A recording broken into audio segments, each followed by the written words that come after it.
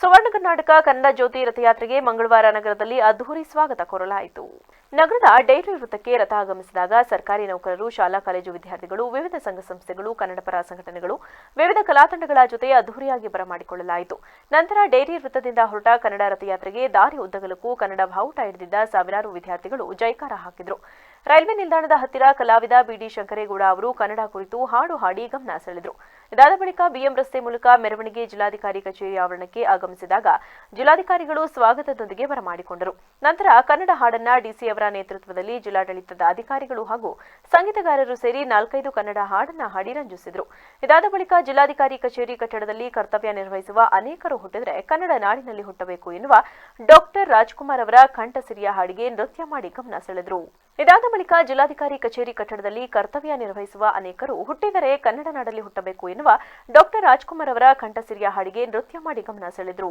ಈ ವೇಳೆ ಶಾಸಕ ಎಚ್.ಪಿ. ಸ್ವರೂಪ್ ಮಾತನಾಡಿ, ಕರ್ನಾಟಕ ಸುವರ್ಣ ಸಂಭ್ರಮ 50ರ ಅಡಿಯಲ್ಲಿ ಕನ್ನಡ ಅಭಿಯಾನದ ಈ ಸುಸಂದರ್ಭದಲ್ಲಿ ಕರ್ನಾಟಕ ಸರ್ಕಾರವು ಆಯೋಜನೆ ಮಾಡಿರುವ ಕಳೆದ 1 ವರ್ಷದಿಂದ ಕನ್ನಡ ಜ್ಯೋತಿ ರಥಯಾತ್ರೆಯು ನಮ್ಮ ಹಾಸನ ಜಿಲ್ಲೆಗೆ ವಿಶೇಷವಾಗಿ ಬಂದಿದೆ.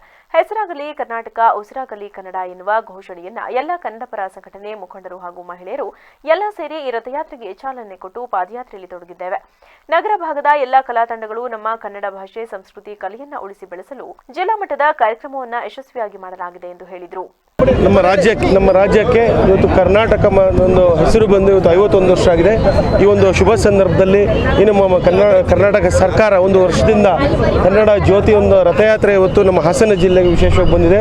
ಇವತ್ತು ಹೆಸರಾಗಲಿ ಕರ್ನಾಟಕ, ಉಸಿರಾಗಲಿ ಕನ್ನಡ ಒಂದು ಇದರಿಂದ ನಾವು ಎಲ್ಲ ಕೂಡ ಇವತ್ತು ನಮ್ಮ ಕನ್ನಡ ಸಂಘಟನೆಯವರು ಮತ್ತು ಎಲ್ಲ ನಮ್ಮ ಮಹಿಳೆಯರು, ವಿಶೇಷವಾಗಿ ನಮ್ಮೆಲ್ಲ ಕನ್ನಡಿಗರು ಇವತ್ತು ಸೇರಿ ಒಂದು ರಥಯಾತ್ರೆಯನ್ನು ಚಾಲನೆ ಕೂಡ ಮುಖಾಂತರ ನಾವು ಒಂದು ಪಾದಯಾತ್ರೆ ಮಾಡ್ತಾ ಇದ್ದೀವಿ. ನಗರ ಭಾಗದ ಎಲ್ಲ ಕಲಾ ತಂಡಗಳು ನಮ್ಮ ಕನ್ನಡ ಭಾಷೆ, ನಮ್ಮ ಸಂಸ್ಕೃತಿ, ನಮ್ಮ ಕಲೆಯನ್ನು ಉಳಿಸಲಿಕ್ಕೆ, ಬೆಳೆಸಲಿಕ್ಕೆ ನಾವೆಲ್ಲ ಥರದ ಒಂದು ಹಾಸನ ಜಿಲ್ಲೆಯಲ್ಲಿ ವಿಶೇಷವಾಗಿ ದೊಡ್ಡ ಮಟ್ಟದ ಒಂದು ಕಾರ್ಯಕ್ರಮವನ್ನು ಕೂಡ ಯಶಸ್ವಿಯಾಗಿ ಜಿಲ್ಲಾಡಳಿತ ಮತ್ತು ಎಲ್ಲ ಕನ್ನಡ ಪರ ಸಂಘಟನೆಗಳು ಎಲ್ಲ ಕೂಡ ಸೇರಿ ಮಾಡಿದರೆ. ಎಲ್ಲ ಈ ಸಂದರ್ಭದಲ್ಲಿ ನಾನೆಲ್ಲರೂ ಜಿಲ್ಲಾ ಕನ್ನಡ ಸಾಹಿತ್ಯ ಪರಿಷತ್ ಅಧ್ಯಕ್ಷ ಎಚ್.ಎಲ್. ಮಲೇಶ್ ಗೌಡ ಮಾತನಾಡಿ, ರಾಜ್ಯದ ಹೆಸರನ್ನ ಕರ್ನಾಟಕ ರಾಜ್ಯ ಎಂದು ಮರುನಾಮಕರಣ ಮಾಡಿ 50 ವರ್ಷ ತುಂಬಿದ ಈ ಸಂದರ್ಭದಲ್ಲಿ ಕರ್ನಾಟಕ ರಾಜ್ಯ ಸರ್ಕಾರವು ಕರ್ನಾಟಕ ಸಂಭ್ರಮ 50ನ್ನು ಆಚರಿಸುತ್ತಿದೆ. ಇದಕ್ಕೆ ಸಂಬಂಧಿಸಿದಂತೆ ಸರ್ಕಾರವು ಕರ್ನಾಟಕ ಸಂಭ್ರಮ 50ರ ಅಡಿಯಲ್ಲಿ ಹೆಸರಾಯಿತು ಕರ್ನಾಟಕ, ಉಸಿರಾಗಲಿ ಕನ್ನಡ ಅಭಿಯಾನದ ಅಂಗವಾಗಿ ಕನ್ನಡ ಜ್ಯೋತಿ ರಥಯಾತ್ರೆಯನ್ನ ರಾಜ್ಯಾದ್ಯಂತ ಸಂಚರಿಸಲು ಅನುವಾಗುವಂತೆ ಸನ್ಮಾನ್ಯ ಮುಖ್ಯಮಂತ್ರಿಯವರು 2023 ನವೆಂಬರ್ 2ರಂದು ವಿಜಯನಗರ ಜಿಲ್ಲೆಯ ಹಂಪಿಯಲ್ಲಿ ಚಾಲನೆ ನೀಡಿದರು.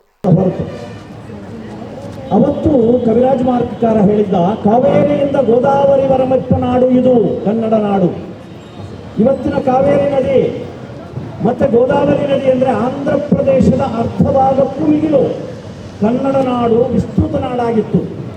ಇಂತಹ ಕನ್ನಡ ನಾಡಿಗೆ ಒಂದು ಮಹತ್ವದ ಇತಿಹಾಸ ಇದೆ, ಭಾಷೆಗೆ ಒಂದು ಮಹತ್ವದ ಸ್ಥಾನ ಇದೆ. ಇಂತಹ ನಾಡು ನಂತರ ಅನೇಕ ಆಳ್ವಿಕೆಯಲ್ಲಿ ಚದುರಿ ಹೋಗಿತ್ತು. ಆ ಆಳ್ವಿಕೆಯಲ್ಲಿ ಚದುರಿ ಹೋಗಿದ್ದಂತಹ ಕನ್ನಡ ಭಾಷಿಗರನ್ನು ಒಗ್ಗೂಡಿಸುವ ಕೆಲಸವನ್ನ ಬ್ರಿಟಿಷ್ ಆಡಳಿತ ಕಾಲದಲ್ಲೇ ನಡೆಸಿದ್ರು ಅನ್ನುವಂತಹದ್ದು ಮಹತ್ವದ ದಾಖಲೆ. ಸ್ನೇಹಿತರೆ, ಒಂದು ಮಾತು ಹೇಳ್ತೀನಿ, 1825ರಲ್ಲಿ ಮನ್ಸೂರ್ ಅಂತ ಹೇಳಿ ಒಬ್ಬ ಬ್ರಿಟಿಷ್ ಅಧಿಕಾರಿ ಸಮಸ್ತ ಕನ್ನಡಿಗರು ಒಗ್ಗೂಡಬೇಕು, ಒಂದೇ ಆಳ್ವಿಕೆಯಲ್ಲಿ ಬರಬೇಕು ಅನ್ನುವಂಥ ಯೋಚನೆಯನ್ನು ಇಡ್ತಾರೆ. 1856ರಲ್ಲಿ ಜಾನ್ ಬ್ರೈಟ್ ಅನ್ನುವಂತಹ ಬ್ರಿಟಿಷ್ ಅಧಿಕಾರಿ ಬ್ರಿಟನ್ನ ಸಂಸತ್ತಿನಲ್ಲಿ ಕನ್ನಡ ಭಾಷಿಗರನ್ನು ಒಗ್ಗೂಡಿಸಬೇಕು, ಒಂದೇ ಆಳ್ವಿಕೆಯಲ್ಲಿ ತರಬೇಕು ಅನ್ನುವಂಥದ್ದು ಒಂದು ಯೋಜನೆಯನ್ನು ಮಂಡಿಸ್ತಾರೆ.